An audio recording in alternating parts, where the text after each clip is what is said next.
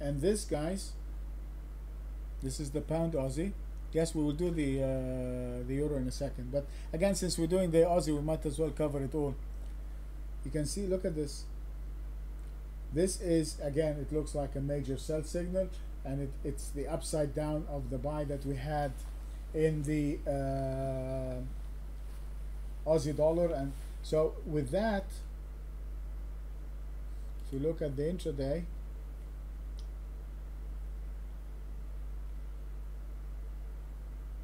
look at that decline.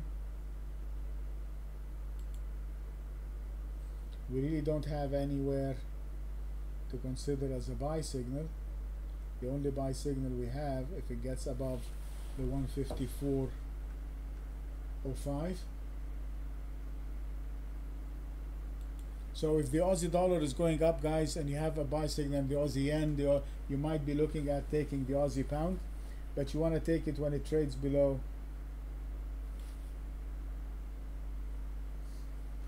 It's actually right now, you have this close here at 153.31 and this daily high 153.35, which is pretty much a good selling point.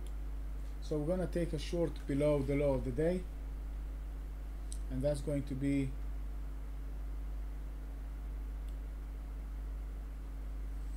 $153.10. So the low of the day I have 153.13. So we're going to short it below 153.13 or below the low of the day. On the long point, we're only going to buy it if it trades above the 154.05. So that's my long point. Okay, and yes, we're going to do the pound CAD. And on the structural short side, if this thing actually continues down, your next target is the 151.52, and the structural long point, wow, it's up there at 160. So if and when it goes up, this is going to be a magnificent trade for us. We're going to wait for it until it gives it to us.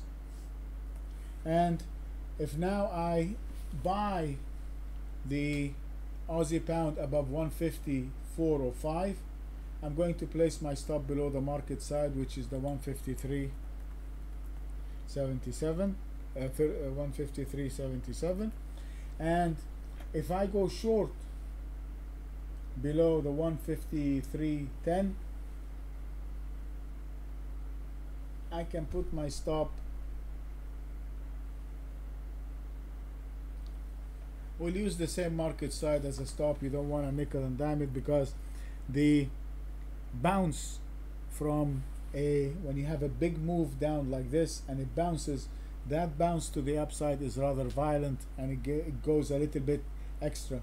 So we're going to put the stop above the 153.77, because the bounce from a bear market or a bounce from a downward move is usually big. Okay, so our move for the pound CAD, we're going pound Aussie, we're going to buy it above 154.05. If we do, we have a structure point at 160.54, and if we buy it at 154, my stop is going to be 153.77. So I'm risking about 30 pips. On the downside, I'm going to short it when it takes out the low. I'm going to place my stop also at the market side, and I have a structure point to the downside of the 151.52, so that should give us a pretty decent move on either way.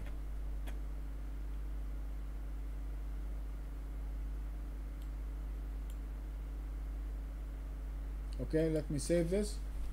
Yes.